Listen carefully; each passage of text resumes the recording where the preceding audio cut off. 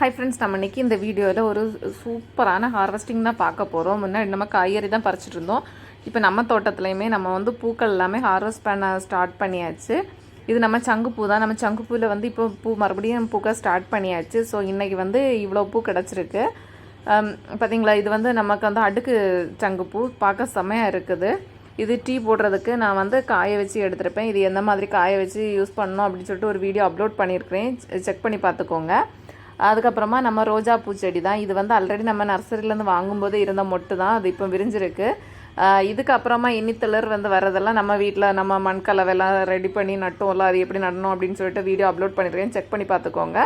So இப்போ நம்ம உரம்லாம் போட்டு நல்லபடியாக வச்சுருக்கோம். இனி கொஞ்சம் கட் பண்ணியெல்லாம் விட வேண்டியது இருக்குது. ஃபஸ்ட்டு இந்த பூவெல்லாம் பறிச்சதுக்கப்புறமா கட் பண்ணலான்னு தான் விட்டுருக்கேன்.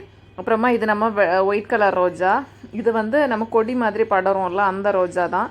ஸோ இந்த பூவை பார்த்திங்களா, இந்த நம்ம மாடி தோட்டத்தில் நிற்கக்கூடியதில் இந்த ஒயிட் கலர் பூவில் தான் ஃபுல்லுமே நிறைய தேனீச்சி எல்லாம் வருது. நிறைய வண்டுகள் எல்லாமே இந்த காலமை பார்த்தோன்னா சூப்பராக இருக்கும் இது பார்க்குறதுக்கு. அந்த பூலையும் பார்த்திங்களா புழுவும் வந்திருக்கு.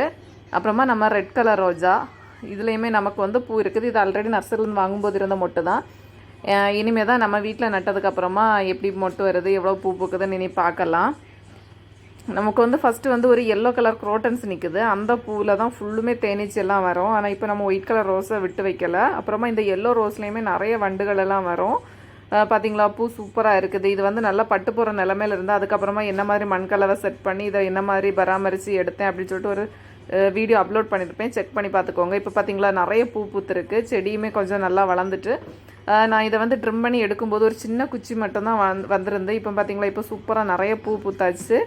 ஆல்ரெடி 5 பூக்கிட்ட பறிச்சிருப்போம். இப்போவும் நமக்கு நிறைய பூ பூத்துருக்கு. இந்த எல்லோ ரோஜா பார்க்கவே அழகாக இருக்குது. அப்புறமா இதுவும் வந்து கொடி மாதிரி படரக்கூடிய ரோஜா தான்.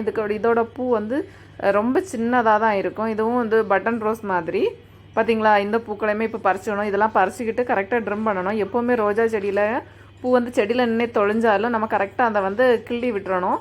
அப்படி இல்லைனாக்கி அடுத்து நம்ம அந்த செடியில் வந்து பூ க்ரோத் எல்லாமே இருக்காது. பார்த்திங்களா, இன்றைக்கி நம்ம மாடி தோட்டத்தில் கலர் கலராக இவ்வளோ பூ கிடச்சிருக்கு. ஸோ எனக்கு வந்து செம்ம ஹாப்பி. நான் எவ்வளோ டென்ஷனாக இருந்தாலும் எனக்கு வந்து இந்த செடிக்கிட்டெல்லாம் போயிட்டாலே எனக்கு செம்ம ஹாப்பியாக நல்லா ரிலாக்ஸ் ஆகிரும்.